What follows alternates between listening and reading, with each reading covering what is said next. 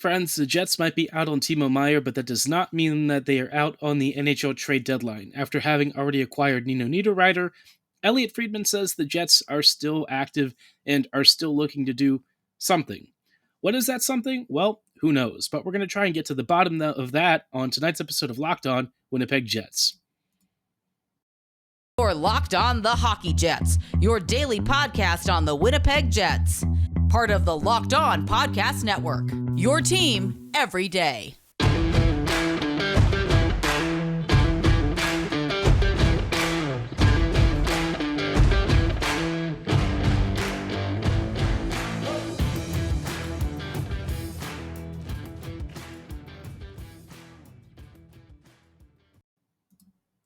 Hey friends, and welcome to tonight's episode of Locked On Winnipeg Jets, part of the Locked On Podcast Network, your team every day.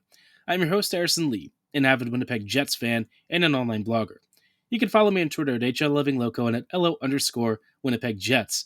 As always, thanks for making Locked On Jets your first listen of the day every day.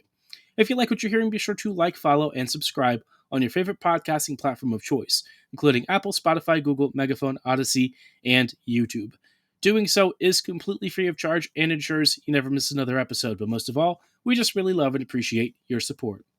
Now, like I said on tonight's episode, we're going to be trying to figure out what the Jets are up to now that Timo Meier is off the board and Nino Niederreiter is a Jet. Wow, say that 5 times fast. Nino Niederreiter obviously is a really good player, and for a second-round pick next year, he's cheap, right? But the reality is, with 1 year left on his deal and the kind of player that he is, he doesn't really move the needle at the level that the Jets are really desperately needing. Winnipeg is kind of, I would say, in a bit of a holding pattern. Rick Bowness yesterday said that he wants to make moves, the team wants to make moves, but with the roster the way it is, basically saying maybe there's not enough ice time for everyone and that they need to do some stuff to rearrange the deck chairs and maybe swap some players out while bringing some new guys in order to try and make this team look a lot more competent. So, I've seen some tinfoil hat stuff about the Jets maybe submarining a bit over the past couple of weeks to try and force the front office to do something and really bring in some help. I don't think that's necessarily the case. I think that the Jets are just, honestly, not so good sometimes.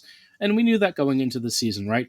We knew that this roster would have limitations, but some of the limitations we've seen, yikes. The effort the past few games, I would say it's really inconsistent, but that's kind of beside the point. No use crying over spilled milk. The biggest question for the Jets now is what is next? And one of the big next steps that apparently Winnipeg is being linked to is the Calgary Flames. Now, you know how I feel about the Flames. We all hate them. I don't know that there's a Jets fan alive who doesn't have at least some level of hatred or ill will towards this Flames team. They have caused us a lot of pain and grief over the past several years and even beyond that. So obviously, we don't like the Flames. They don't like us. And apparently we might actually be good trade partners. Who knew? Well, looking at the Flames roster, right, you might be wondering what exactly can this Calgary team that's not very good provide the Jets? A couple of names I think that come to mind for me personally. I've got interest in Elias Lindholm and Andrew Mangiapane. Neither has trade protection. Both are expiring within the next 2 to 3 years. And for Mangiapane, while he is a left wing, I think he would be a great top 6 offensive boost, somebody with a great shot. Last year, he scored 35 goals. This year, his offensive production has tailed off a bit, just a little over half a point per game. But the Flames in general are not great. Mangiapane, for me, I think is the kind of player who, if you put him with offensively talented, offensively gifted players, his natural shooting instincts, his passing, his vision, his spatial awareness, all that will start to come out, and you'll see that this kid is a phenomenal attacker and somebody who immediately would boost Winnipeg's top 6. Elias Lindholm, he's a solid center who I think would be a nice second-line player. It kind of feels like he would be the stand-in for Pierre-Luc Dubois next season. Do I think Lindholm is like a phenomenal attacker? I think you're getting more like middle 6 production out of him. He is kind of like at a price tag that's more second-line center than first-line center. Obviously, he is a little bit cheaper than Andrew Mangiapane. Mangiapane's like at a 5.8 million cap hit, so not exactly super cheap. Uh, but for Lindholm, I think you're looking at a guy who could comfortably replace Dubois, do a solid job, but not really be a long term option. He can play, I think, on one of the flanks. I forget which side he usually likes to shoot from. I want to say it's on the left side, but don't quote me on that. He's been a good like second line player over the past couple of years. Probably the kind of player you're expecting around 50 to 60 points out of. So again, pretty decent for the price. But I think alone, Lindholm maybe doesn't move the needle enough. Mangiapane might kind of start to push that territory a little bit. The other link that did kind of pop up was sort of on the defensive side. Chris Tanev and Nikita Zadorov are both also expiring in the next couple of years. Tanev, of course, his brother played for the Jets and was pretty decent for his time here. Chris, interesting, more of a defensive side player, not a kind of guy I'm really expecting a lot of really aggressive blue line activation from. Zadorov is actually aggressive, but he mostly just hits people. Not actually as bad as he used to be when he was with the Avs, but not the kind of player that I'm like really excited about. Mackenzie Weegar, on the other hand, that's a name that I have a little more interest in. Mackenzie, obviously one of the better defenders for this Flames team. Now they've got some really good ones, mind you, but Weegar was one of their big marquee pickups out of that whole Matthew Tkachuk deal. So Weegar signed to a big extension. His cap hits a little on the higher side, but I think for what he probably brings to the Jets, would he be worth it? Maybe. I think that there's a solid argument for it. You're getting an elite top four defender, somebody who's been among the league's better defenders for the past couple of years. But again, I think the cap hits are something of a question with him, and he's got quite a few years left on his deal, so I don't know if the Jets are interested in that kind of term. But if you're looking at some immediate middle six to top six goal scoring contributions, Mangiapane, Lindholm, Toffoli, and Dubé at a stretch, if you're thinking about that route, those are other options. Most of these guys do not have trade protections, and we all know the Jets love modest term and modest cash, which most of these guys are more in that category. So something to stew over. Maybe the Flames want to sell some players at a I guess, cut price to get rid of salary. I don't know. But for the Jets, maybe an old rival becomes a valuable trade partner. Who knows? Now, I think the Flames are an option, but they're not the only team that I'm personally looking at. There's a few other candidates for players that I think the Jets really should be considering. Before we go any further, though, I do want to shout out our friends and partners at Built.com. Those of you who have heard me talk about Built know that I'm a big fan of their Built Bar product, which is a protein bar that's more like a candy bar, with a 100% real chocolate exterior and a soft, chewy interior. They've got several great flavors like churro, peanut butter brownie, coconut almond, a personal favorite of mine, very simple but very classic, raspberry dark chocolate. Very straightforward, not very fussy, but what makes this stuff fantastic is that flavor really kicks you, and then you find out it's only 130 calories, 4 to 5 grams of net carbs, and loaded with maybe 15 to 17 grams of protein, which, for those of you who are really health conscious, you want something that's better than a candy bar, that maybe gives you that kickstart for your gym. Maybe you even use it as like a breakfast supplement. No matter what Built Bar would be doing for you, it's for every lifestyle, and you can get it at Walmart and Sam's Club in like 4 or 13 bar boxes, which gives you a selection of some of their most popular flavors. Or if you're like me, you can pick your personal favorites at Built.com. If you give them a try, I promise you, you will not regret it.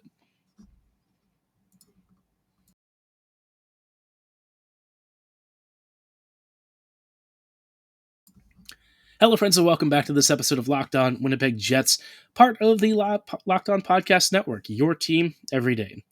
Thanks for joining us for our trade deadline discussion. Obviously, Winnipeg has been active on the market recently, missing out on Meyer, but acquiring Nino Niederreiter, and now the Jets are apparently doing something else, although no one knows what it is. Now, of course, while we're going to be talking about stuff throughout the rest of the week and this Friday, the rest of the NHL network is going to be doing plenty of coverage. The NHL deadline, of course, is this Friday, March 3rd.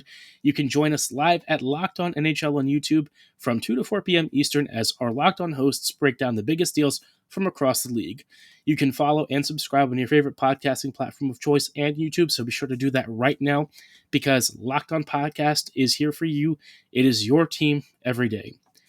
Now, circling back to the Jets, I mentioned that Winnipeg maybe has some other options for trade targets.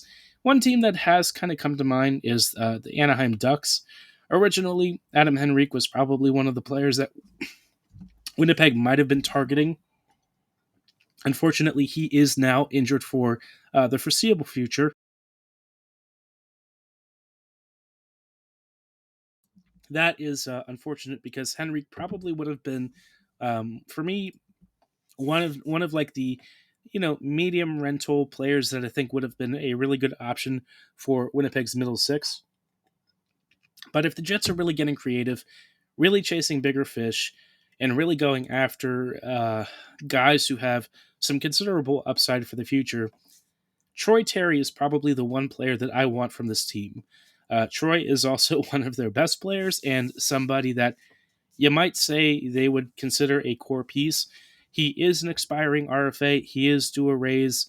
But at the age of like 25, right, I have to ask the Ducks, like, what is your timeline? Because 25 is younger, right? But it's also not at the age where you're thinking this is a player that's going to be around for like the end of the rebuild.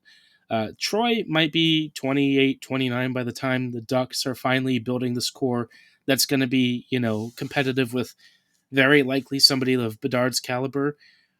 Is Troy the kind of player you necessarily want to keep around for that long until you reach that point? I don't know. I think he could bring in a huge haul in assets. And if you're the Jets, right, and you're looking at players who can immediately slide in, who you have the cap space to resign, and who actually fits the side of your wing depth chart that's just absolutely trash, yeah, Troy Terry might actually solve quite a few needs. But again, I don't know that he's really on the market, and the Ducks haven't really given any sort of indication that they have any interest in selling a player like him. I think they intend to build a future with him as part of that plan, but maybe Winnipeg makes them an offer they can't refuse, and suddenly the Ducks kind of open their eyes and consider, not only Troy Terry, but maybe some of their other younger players. Not Trevor Zegras. I mean, that's not happening. But, Terry, Lundestrom, quite a few other players on this team. Maybe there is more wiggle room for teams to negotiate. Now, Vetrano will be one of those names that I think other people mention. Frank is solid as a guy who can kind of slide into your middle six, and with like a 3.65 mil cap hit, he's pretty cheap, relatively speaking. I think the thing with Vetrano is that in terms of like the level of production you're getting out of him, I'm actually not even sure what his point total is this year. He's traditionally been like a 35-ish to 40-point player. Again, this year he's actually at 29, so that's kind of right on the money for what you would expect for like maybe a third line winger. That's sort of where he's hovered around for most of his career. A really solid finisher, 15 to 20 goals a season. But if you're expecting more from that, I don't know that he's necessarily going to bring that, and he has some defensive issues that are pretty glaring. So overall, I don't mind it if the Jets are trying to go cheap. He's kind of like a solid depth add, sort of in that Nino Niederreiter range, although I think Nino is a much more well-rounded player and certainly somebody that the Jets basically spent nothing to acquire. Vetrano would probably be cheap as well, but again, does he really move the needle at a level where the Jets suddenly look so much more dangerous? No. I think it would be addition by subtraction of some of the weaker players in terms of Winnipeg's offensive impact. But Vetrano offensively also doesn't do enough to where you're getting a Timo Meier replacement. Obviously, no one the Jets are going to acquire is going to be at that level, but you still need to find ways to squeeze a little more offense out of this top nine. Vetrano will do something on the lower end, but probably not at the level that the Jets might be hoping for. Now, there is one other team, or actually two other teams, that we'll run through quickly before the end of the episode, including one that I've talked about a lot recently. But before we go any further, I do want to shout out our friends and partners at FanDuel. The midway point of the NBA season is here, and now is the perfect time to download FanDuel, America's #1 sportsbook. New customers get a no-sweat first bet up to $1,000. That's bonus bets if your first bet does not win. All you have to do is download the FanDuel Sportsbook app. It's safe, secure, and super easy to use. You can bet on everything from money lines to point scores to the number of threes drained. Obviously, for a lot of you, you might be trying to figure out who the next NBA champ is going to be this year. Could be the Celtics. I don't follow basketball that much, but I certainly know Steph Curry drains a lot of threes throughout his career, and I also know that LeBron James is continuing to chase history by adding even more career milestone points to the already historic pace that he's on. So, whatever you want to bet on, FanDuel makes it really easy to win even more by letting you combine your bets for a chance at a bigger payout with a same-game parlay. Don't miss the chance to get your no-sweat first bet of up to $1,000 in bonus bets when you go to FanDuel.com/LockedOn. That's FanDuel.com/LockedOn to learn more. Make every moment more with FanDuel, official sports betting partner of the NBA.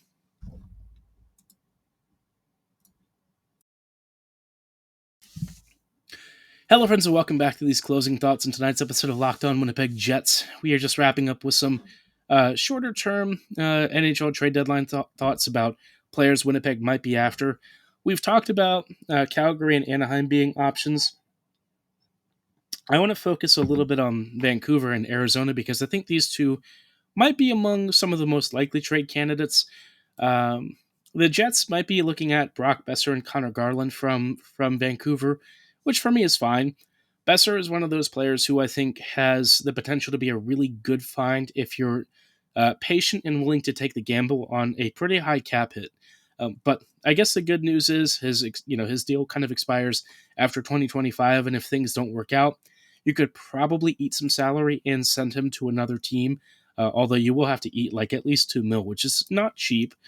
Garland, a lower cap hit, having a really off season this year, but traditionally is like a great second line winger with a really nice shot, very smart offensive positioning, and he's just a general pest. He's kind of like Marchand light. So those are two players that I think are legit options. I was also really into the idea of Andrei Kuzmenko, but now he's on a modified no trade clause. He's being paid $5.5 million, and it doesn't really seem like Vancouver is all that interested in moving him. So, yeah, it kind of comes down to Brock Boeser and Connor Garland. There's also JT Miller, apparently, who's on the trade market, but you probably don't want to go that route. If I'm being honest, Miller's still a good player, but is he $8 million good? And is he $8 million good for the Jets, especially when he backchecks even less than Mark Scheifele did in previous years? Yeah, not the kind of player that I think I'd be super interested in bringing into this locker room, especially with some of the friction that he's had with teammates on his other teams. It's actually impressive how easy it is for him to sort of come into quarrels with his teammates. Some days they get along, some days they're yelling at each other, but JT always seems to be at the center of some sort of controversy. So a very fun drama to watch if you are not a Canucks fan. Now, the last team of interest for Jets fans is probably the Arizona Coyotes.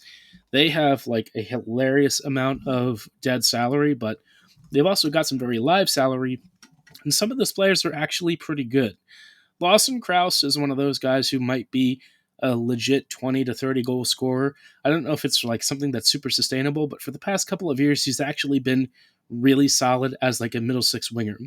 Now, he is signed for multiple seasons, and he's clocking in at a little over $4 million, so he's not super cheap.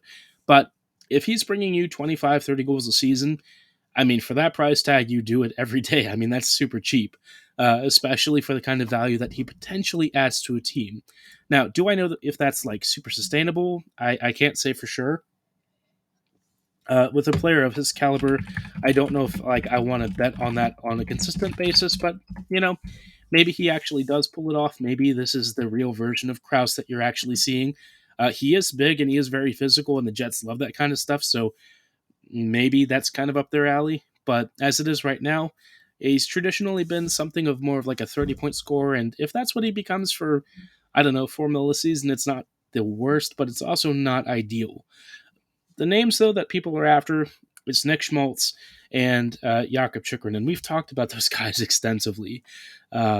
Schmaltz is the dream at $5.85 million, signed for the next 3 or so years.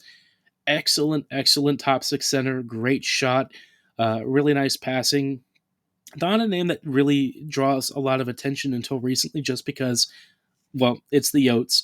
And I think a lot of people sort of believe that he was more cast as like a bottom six player from his time with the Hawks. But he's actually really blossomed into a nice second line center, somebody that I think would really fortify the Jets and also give you a Pierre-Luc Dubois replacement when that eventually does come to pass, because Dubois is leaving.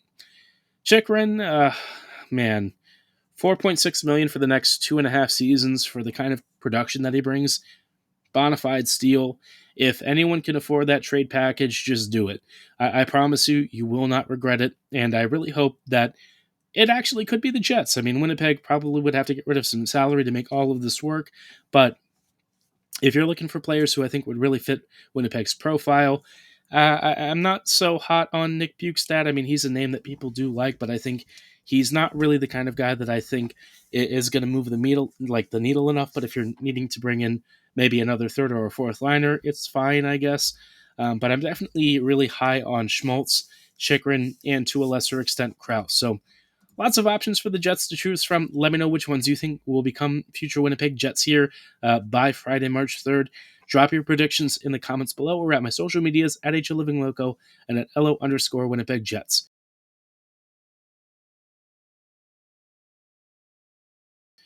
Of the day, every day. As I appreciate your feedback and your support, so we will see you here back tomorrow. Have a great night, and as always, go Jets go.